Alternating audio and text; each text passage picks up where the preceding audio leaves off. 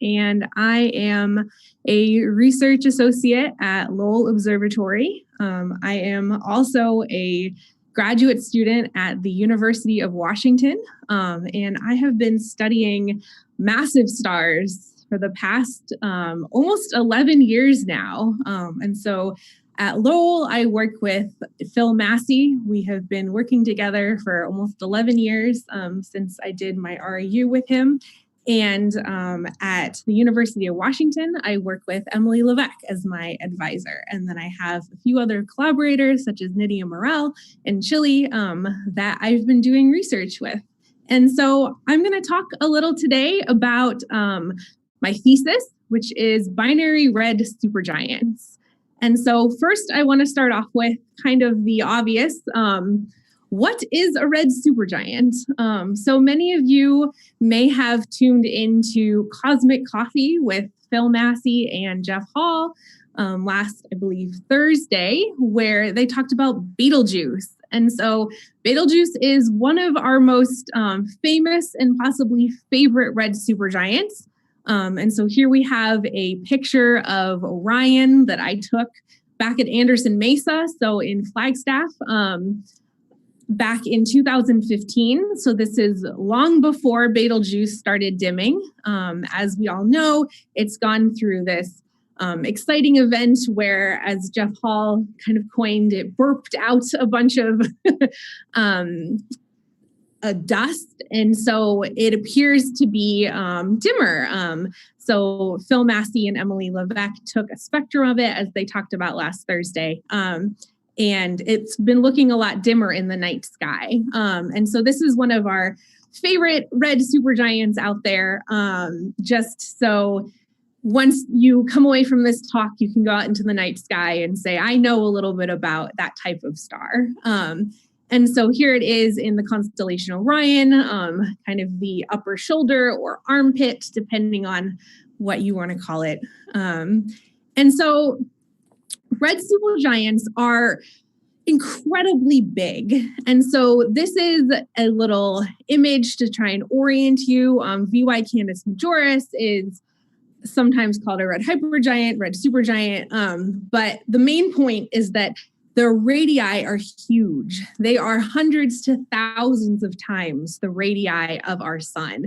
And so you see this huge star, and then the sun is this little dot in the bottom corner. And so if you were to put a supergiant, a red supergiant, in place of our sun, it would be out past the orbit of Jupiter. And so these are these huge stars. And so when you think red supergiant, you think really big. So now I want to show you what is called an HR diagram.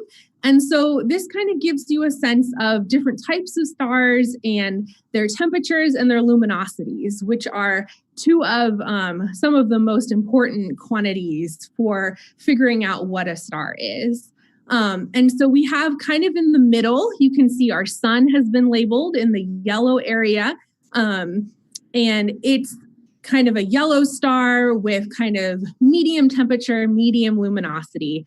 And the stars that I'm going to be talking about, the red supergiants, are located to the right of the HR diagram. And so they're very red, hence red supergiant. This means that they're very cool. They're very cool stars with temperatures on the order of 4,000 degrees Kelvin. However, they're very luminous. They're supergiants, which is why they're in this top right-hand corner. And so they're very cool, very luminous, very large stars. And so how they got there is that they were born on what we call the main sequence, this little strip running down kind of diagonally, this HR diagram. And so they were born on the main sequence as massive stars, so stars that are 8 times the mass of the sun, up to 30 times the mass of the sun, as O and B stars, which are kind of these blue or blue-white stars. So these bluer stars in the area where this diagram shows Spica and Regulus and Vega and Sirius. So they were born on that part of the diagram.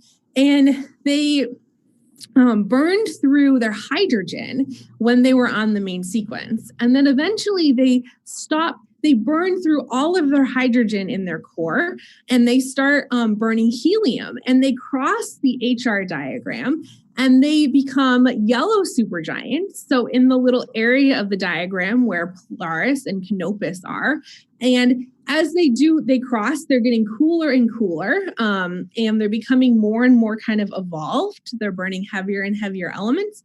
And then eventually they've puffed up into these giant red supergiants. And so these are evolved, massive stars that are, for the most part, about to end their lives. And so after they go through the red supergiant phase, they eventually start burning through heavier and heavier materials until they get to iron, and then suddenly they explode as supernova. And so this is kind of the last stage in many massive stars' lives. And so that's what I'm going to be talking about today, are these evolved, massive, very large in radius, cool stars. And so, as I said, I'm going to be talking about red supergiants in binary systems. And so, obvious question is then, why do we care about binaries? Why do we care about whether red supergiants are in binary systems or not? And so, binarity is something that really heavily influences the evolution of a star. And so, in many scenarios, you have kind of a star that's just a single star living its life, and it's spewing off material kind of slowly. If it's in a binary system, then the other star might actually be kind of sucking material off of it. And so it's going to change its evolution. It's going to change the rate at which it's turning into, maybe going from that O star stage to a red supergiant. And so understanding the number of red supergiants that are in binary systems is really important to understanding how these stars evolve and then how they explode into supernova. And the supernova that produces all of these heavier elements that we find here on Earth, the oxygen, iron, all of these things. And so understanding this whole path to how these stars evolve is really important. And so a lot of studies have been done looking at kind of the unevolved stars on the main sequence, these O stars and B stars, and have found that 30 to 35% of them are in short period interacting systems. So you have two stars going around, one's going around one another, and they're interacting. They're exchanging particles, they're exchanging energy, whereas over 70%, possibly even up to 100% of these O stars are in long period, non-interacting systems. And so that means that they're so far apart that they're probably not exchanging things, but they still might be gravitationally bound to one another. And so the question that I kind of posed was, so we know that all of these O stars are in binary systems. They have a little companion. And so we haven't seen a lot of red supergiants in binary systems. And when I started this research back in 2018, so like 2 years ago, the number of red supergiant binaries that were known was around a dozen. And so we found hundreds of O stars that are in binaries, and O stars turn into red supergiants. So where are all of these binary red supergiants? And so that is kind of the question that my thesis is trying to answer. Have we not found them? Are they not out there? And so that's what my research really focuses on. And so part of the reason that not very many were known and characterized is that it's difficult. And so just to kind of give you a visual, here is what we call a light curve. And so we have a graph with time on the x-axis and intensity on the y-axis. And then up, we have these little numbered pictures that show what two stars in a binary system are doing. And so the idea is that when you have the two stars next to each other, you're getting a lot of light. And so the intensity is high. as the smaller star goes in front of the bigger star, you're going to have a dip in light because suddenly you're only seeing light from one star. And then you're going to have see both stars as it moves to the other side. So the intensity goes back up. And then when the other star comes around and back, again, you're only seeing one star. So there's a dip in light. And then the whole process repeats. And so this is called a light curve. And this is one of the main ways that astronomers detect binary stars. This is also how many astronomers detect planets around other stars, light curves. Naively, this would be a good way to detect if a red supergiant is in a binary system, is to look at the light from a red supergiant over a long period of time, over many years, and then see and plot it versus time and see if it varies, see if there are any dips, and see if it makes a graph like the one that I've just shown you. However, this is very problematic for red supergiants, which is one of the reasons that it's been difficult to detect these stars in binary systems. And so 4 reasons why are that they themselves vary. And so they themselves produce if you were to graph just the intensity of a red supergiant over time, you would see that it varies quite a bit, even without a binary companion. And so photometric variations up to 1 magnitude. They also pulsate. And so they kind of get bigger and smaller with periods between 80 to over 3,000 days. And so this is very difficult to kind of disentangle from a binary signature in a period. And then this was discussed again during Cosmic Coffee, these large convective cells. And so this, I don't know, hopefully you can see that this is a little video, but this is a simulation, not a real image of a red supergiant that's showing these huge convective cells that are 0.5 to 2 AU across. So an AU is the distance between the sun and the Earth.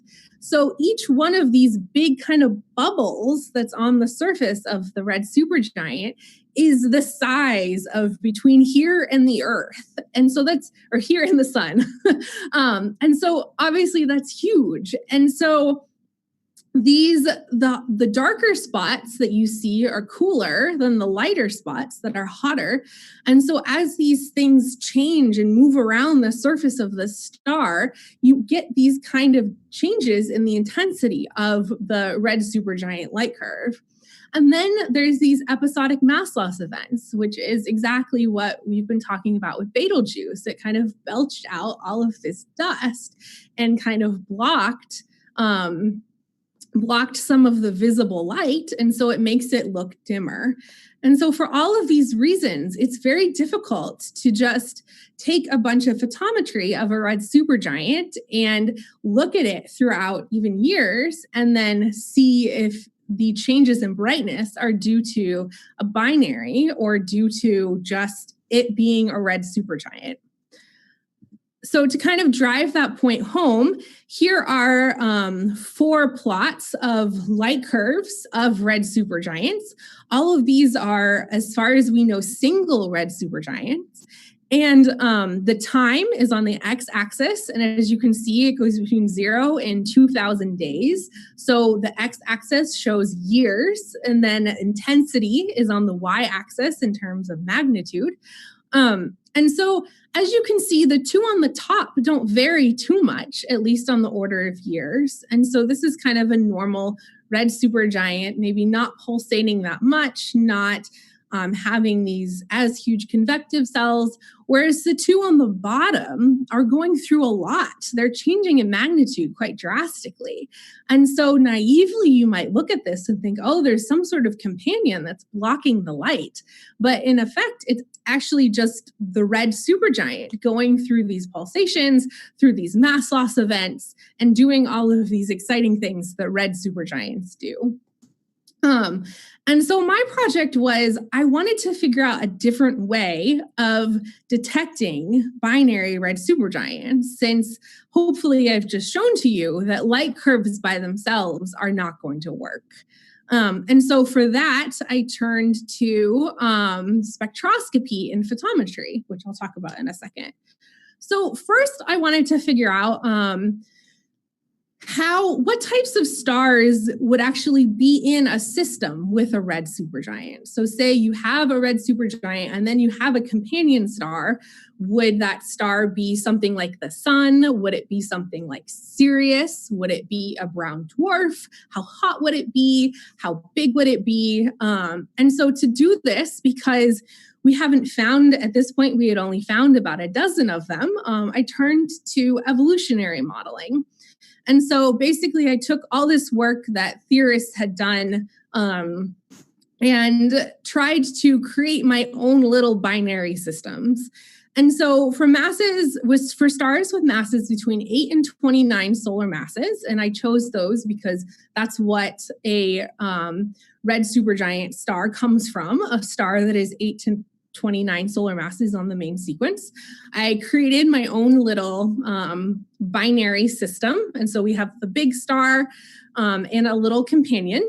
And so I ran it throughout time.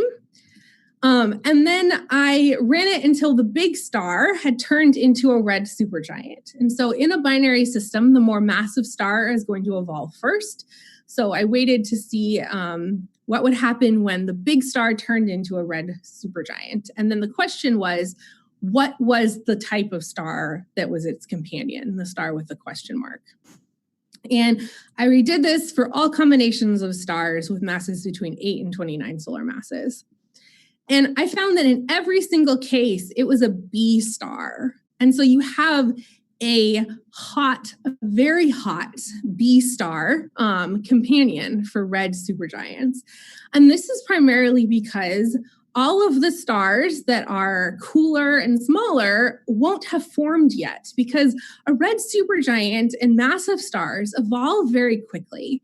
And so by the time a massive star has formed and turned into a red supergiant, a star like the sun will still be a protostar. It'll still be kind of coagulating into something that can fuse heavy elements. And so this means that all of these companions to red supergiants are actually going to be B stars. And the thing that is good about this is that after doing this evolutionary modeling, I then went back and looked at the dozen known red supergiant binary systems. And sure enough, all of their companions are B stars. And so this is an example of 5. The first thing is the name 32 Sig. So it's a star in the constellation of Cygnus. The K or the M means that it's a K or an M star, which means it's a red supergiant. And then the 1 in there means that it's a supergiant. And then plus, so the companion. And then the B means that it has a B star companion. And so this was very exciting for me because evolution had kind of shown me that B stars should be the companions. And then sure enough, that's exactly what we find when we actually look at the observations. And so going back to what is a B star, just to our little HR diagram here, B stars are going to be around in here, so bluish, whitish, high surface temperatures, and kind of I've circled around Regulus, Sirius, Vega. So that type of, they're primarily just think very hot stars compared to red supergiants that are very cool. So now I want to get a little bit more into kind of my research. And so I am primarily an observational astronomer. And so I spend a lot of time writing proposals to go to telescopes to collect data on the telescopes to then analyze them. And so I deal a lot with what you call a spectrum. And so a spectrum is essentially you have a prism that you've spread the light over a wide variety of wavelengths. And so what we're looking at right here is we have wavelength on the x-axis and flux on the y-axis. And so towards the lower wavelengths on here, around 4,000 or 5,000, you can think of as bluer light, whereas the higher wavelengths, around 9,000 or 10,000, you can think of as red light. So think of as kind of the blue light is on the left side and the red light is on the right side. And so here we have an example spectrum of a red supergiant. And there are two things I want you to take away, even if you don't completely understand how a spectrum is generated. There are two takeaways. The first is that there's a lot more flux in the red. It's a much brighter object in the red. As you can see, the slope goes up towards the higher wavelengths, and so more flux in the red. The other are these strong titanium oxide bands. And so these big dips that you see are coming from the molecule titanium oxide. And again, if you watched Cosmic Coffee with Phil and Jeff, this is how you can determine the temperature of a red supergiant star, because these titanium oxide bands actually change in depth as the temperature changes. And so as a star becomes cooler, more molecules can form. And so the titanium oxide bands will become even deeper. And so here we have the two takeaways are we have this red supergiant that has strong flux in the red and titanium oxide bands. Now, in contrast, we can look at the spectrum of a B-type star. And so one of these companion stars. And so notice two things here again. There's a lot more flux in the blue. And so there's a lot higher value on the y-axis, kind of towards the bluer wavelengths, around 4,000 and 5,000. And that's because it's a hotter star. It's a B star. And so you're going to see more flux in the blue.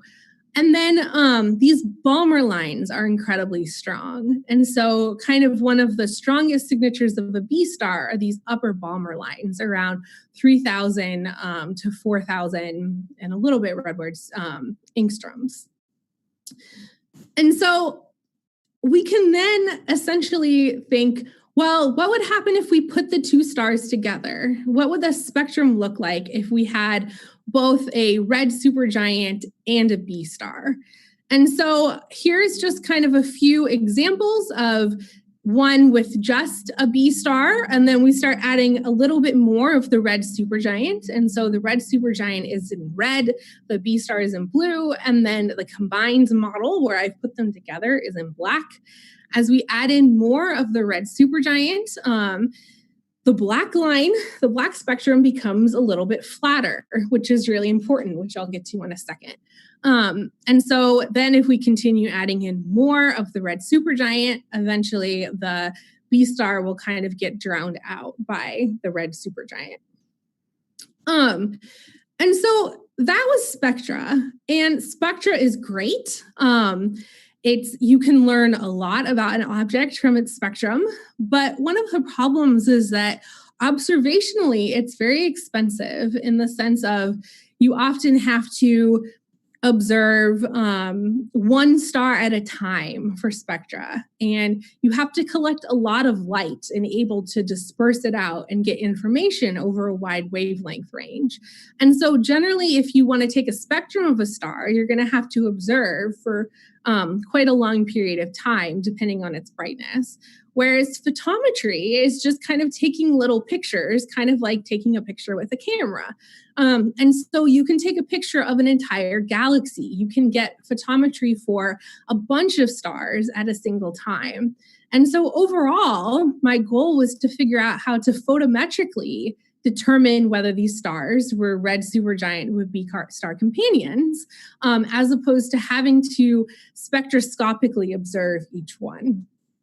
And so here, if we think about kind of how they would look photometrically, So we can take this red supergiant spectrum, and I want you to compare kind of the flux of a red supergiant spectrum in the blue little patch and the red patch. And so the flux in the red area is much higher than the flux in the blue area because it's a red star, and so it's going to have more flux in the red.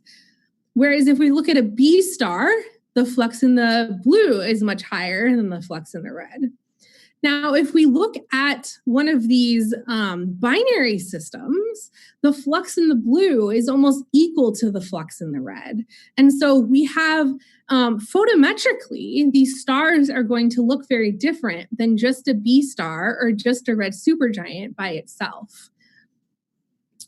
So we can use this to come up with a set of kind of photometric criteria to try and find these stars.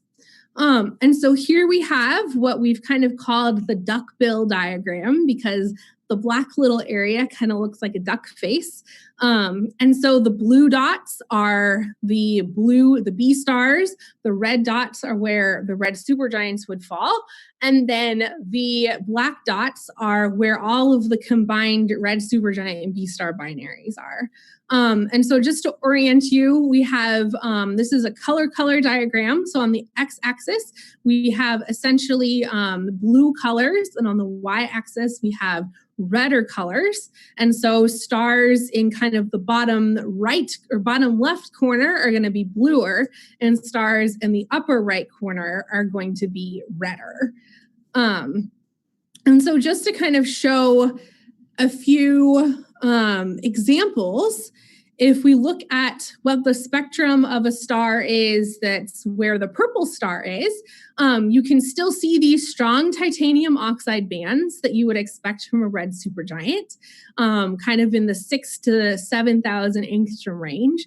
But then around 4,000 angstroms, you see the upper Balmer lines. And so you see the spectroscopic signature of both the B star and the red supergiant. And then if we go to the blue, which is right in the middle, something very similar. And so the point here is that there are all different types of spectra that you're going to see, but they're all going to have these titanium oxide bands and upper Balmer lines. Okay. So the exciting part is that we then actually went out and looked at first some archival data that had already been taken of red supergiants in the small and large Magellanic Clouds. And here we have a spectrum that shows the titanium oxide from the red supergiant. And then if you zoom in on the little Balmer line area, you see these upper Balmer lines. So here is one of the first red supergiant B star binaries that was found outside of our own Milky Way galaxy. And this is found in the Large Magellanic Clouds, and I'll show you a picture of that in a second. And so after taking kind of the archival data, we were able to put the colors of those stars on this duckbill diagram and found that our system kind of worked. And so here we have the yellow dots are the photometry from these observed stars that are the red supergiant B star binaries. And so as you can see, for the most part, they fall within this black region. And so that was pretty exciting and meant that we could essentially define a set of photometric criteria that would allow us to then go and look at the stars in that area and for spectra and see if they were red supergiant B star binaries. And so here we have that color plot again. Now I've shown actual data on it as opposed to just models. And so the cyan dots are B star colors and the magenta dots are actual red supergiant colors. And the red triangle is the region of color space that I was interested in surveying. And so now's kind of the fun part. So now we actually went to look for these stars in M31 and M33. And so M31 is the Andromeda galaxy. If you're in the northern hemisphere, it's one of the it is the most distant object you can see with your naked eye if it's a very dark site. And then M33 is Triangulum. And so we went to the MMT, which is down near Tucson, Arizona. It's a 6.5 meter telescope that has this great instrument called hectospec, which allows you to observe up to 300 objects at a single time, which is crazy. I was talking about earlier about how you have to observe stars with spectra star by star, but this instrument allows you to observe more than one at a time. And we observed a bunch of stars in that little triangle, and we found new red supergiant B-star binaries outside of our own Milky Way. And so here's an example spectrum, and we see the titanium oxide from red supergiants, and then the Balmer lines from the B-stars, which is really exciting. And so we're actually started to find these stars using the method that I came up with. We then also, this past year, went down to Las Campanas, where our good friend and collaborator Nydia Morel is, and observed the Magellanic Clouds. So here is a picture of the Magellan telescopes at Las Campanas, also 6.5 meters. And then this fuzzy cloud in the sky is the Large Magellanic Cloud. There's also the Small Magellanic Cloud that is not in this picture. But so we looked for binaries in those clouds, those nearby galaxies. And after doing all of this, we were then able to kind of populate this color diagram again, and just with even more data showing that a lot of the stars that we observed in this little region, all the yellow dots, turned out to be red supergiant B-star binaries. And so this is very exciting. And so just to kind of wrap it up with a little summary, so far we have now found over 250 new red supergiant B-star binaries. So this is in M31, M33, and the Large and Small Magellanic Clouds. As you may remember, when I started this project 2 years ago, there were only 12 known in our galaxy. And so we have many times surpassed the number of previously known ones. We are still surveying the Large Magellanic Cloud for more. And currently my work is focusing on determining the binary fraction. So earlier I gave a number of, around 30% of O stars are in binary systems. So currently I'm trying to find a number like that for the Large Magellanic Cloud based off of the data that we have observed, and then some other archival data that I've been able to pull up. And so that has been my work for the past few years. I'll answer some questions. If you have anything else after this, feel free to find me on Twitter or to send me an email. I'm happy to answer questions. And so now it looks like I will go to the chat and see. It looks like a few have come in. So here's one asking, how did I look at the companion stars? And so for those, I had to get a spectrum. And so the way you can tell there's the companion is that it has the Balmer lines showing that there's a B star. And so these stars are so distant that we aren't able to resolve them as individual stars. They still look like one point of light.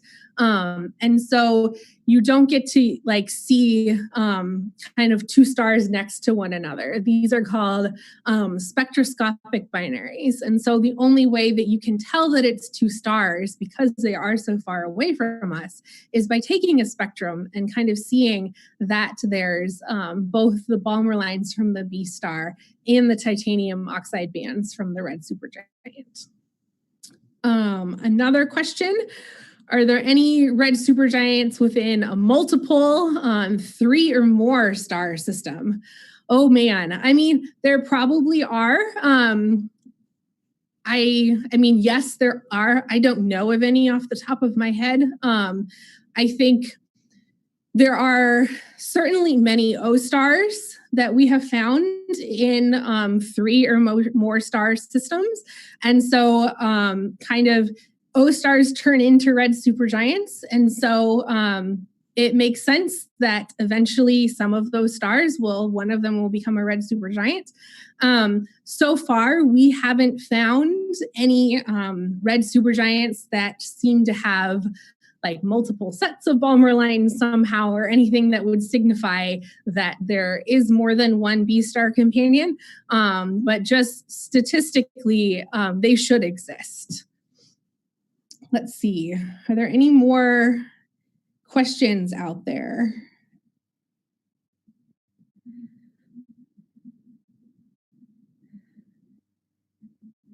I'm not getting any. I'm going to do the old-fashioned method and look on my phone now. I don't see any else coming in the chat here.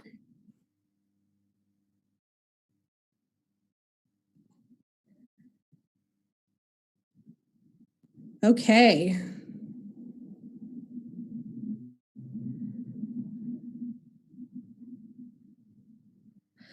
Well, I think we might be good. Oh, 2 more. Okay. I'm ready. Okay, Kendall Edwards, what have you found about interactions between the B stars and red supergiants? Lots of siphoning material. Yeah, so we haven't done too much with the interactions. One thing that we've been trying to do is characterize kind of the amount of dust that we see. Dust is very difficult to quantify. All stars there's interstellar dust between, so stuff that just exists in the universe between us and them. And then red supergiants are very, very dusty. I mean, again, Betelgeuse belched out all of this stuff, and so that was dust. And so we originally had this thought that maybe if the B star is very close to the red supergiant and they're interacting, then the B star itself might have some dust. It might be dustier than what you would expect a normal B star to be. And so we're trying to somewhat investigate this. We've applied for time on the Hubble Space Telescope, HST, to observe some B stars in these systems in the UV. And so as you could see in in the spectra that I showed, so many of the optical spectra is just dominated by the red supergiant. You still see all of these titanium oxide bands. And even when you get to the Balmer lines, a lot of the flux is coming from the red star. And so if you go into the UV, if you go even bluer, then you're able to observe just the B star that's not being contaminated by the flux from the red star. So we're hoping that by taking UV data of these stars, that we'll be able to learn more about kind of the dust around the B star, what types of B stars they are, all of these different types of things that will help us better understand the systems in general, as opposed to just 2 individual stars. Let's see. Another one is, any ideas why some red supergiants are single? Yes. So there seem to be kind of 3 main pathways. And so either you have an O star. Some O stars do appear to be single, even if the majority of them aren't. And so an O star could just turn into a red supergiant and be a single red supergiant. That is totally possible, and is thought to be a thing. Another option that is something else that I'm working on, and I saw that someone asked what I plan to work on next, and so this is kind of segues into that, So it's possible that the stars have merged. And so you're seeing the red supergiant that expanded enough to consume the blue star. And so when this happens, the star would rotate. It would speed up. Its rotational velocity would speed up as it consumed this extra star. And so you can measure the rotational velocity of a star by looking at the widths of certain spectral lines, how wide they are. And so Betelgeuse is thought to be a result of one of these mergers because it is rotating at a slightly higher speed than you would expect. And so another proposal that I've put in is to get really, really high resolution data of some single red supergiants to see if they could be the product of past mergers. So if at some point they were in a binary system, but they've now consumed their binary companion. And so, a single red supergiant could be single just because it was a single O star before it evolved, or it could have essentially eaten its B star companion. And that's something that I'm working on trying to figure out as well. Let's see. Compare blue giant binaries and red giant binaries. Seems there are many more observational blue giant binaries. Am I right? Yes, so far. And so at least when we're talking about red supergiants, so red supergiants are very short-lived. And so they represent this very short phase of an evolutionary or of a massive star's lifetime. And so a star is going to spend a much longer period of time as a B star, so on the main sequence. So a lot of the reason that we find so many more B stars or OB stars than red supergiants is just because they spend most of their time as an OB star. And so this is mostly due to just how stellar evolution works. And so you see far fewer red supergiants than B stars because they only last as a red supergiant for a very short period of time. Let's see. Are there any other influences on the light curve, like large exoplanets? So possibly, I don't think, so it would be difficult for an exoplanet to form around something like a red supergiant, in the sense of O stars are, most exoplanets are found around more kind of sun-like stars, smaller stars, cooler stars. I don't know. I think just forming an exoplanet around something like an OB star is difficult for a few reasons. I mean, one, they form very quickly. They don't live for a long time. And so a lot of times exoplanets themselves need time to kind of coalesce into a planet. And the lifetimes of OB stars they don't really work well with that. And then as soon as you turn into a red supergiant, you've just expanded so much. And so you're going to oftentimes at that point, if any exoplanet did exist, you would consume it. And so also just the mass of these stars, the sun is 1 solar mass. A red supergiant might start out as a 20 solar mass star. So if you have even a Jupiter-sized planet going around a bright, luminous 20 solar mass star, that's not going to affect the light curve as much. You're not going to see as much of a dip in brightness as you would around something like the sun, where it's much dimmer and a Jupiter-sized star is going to block out much more of the light. And so at this point, I don't think that we're seeing any influences due to exoplanets. It would be cool if an exoplanet was found around an OB star, but I don't know how likely that is. So at least in my little area of stellar astronomy, I essentially get to ignore exoplanets because they're not very common around any of the stars that I study. Okay, are there any more?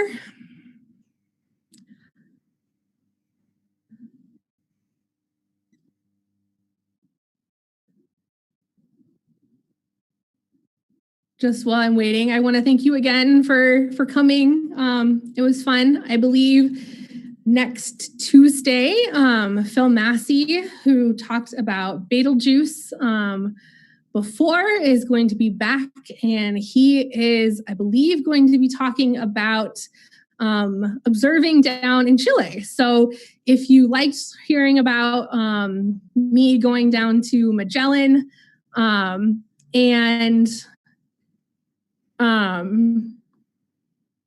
yeah, tune in next Tuesday. I think I answered about why some red supergiants are single. That was the whole idea with if an O star was single to begin with, then it will turn into a red supergiant that's single, or it may have merged. And so it may appear single when it wasn't single in the past. So I don't think I've missed any more of the questions. Yeah. Well, thank you so much. I appreciate you coming to hear me talk about red supergiants, and I hope you all stay safe and healthy. I'm here in Seattle, and it's been very exciting, but it's an exciting time in the world. So thank you.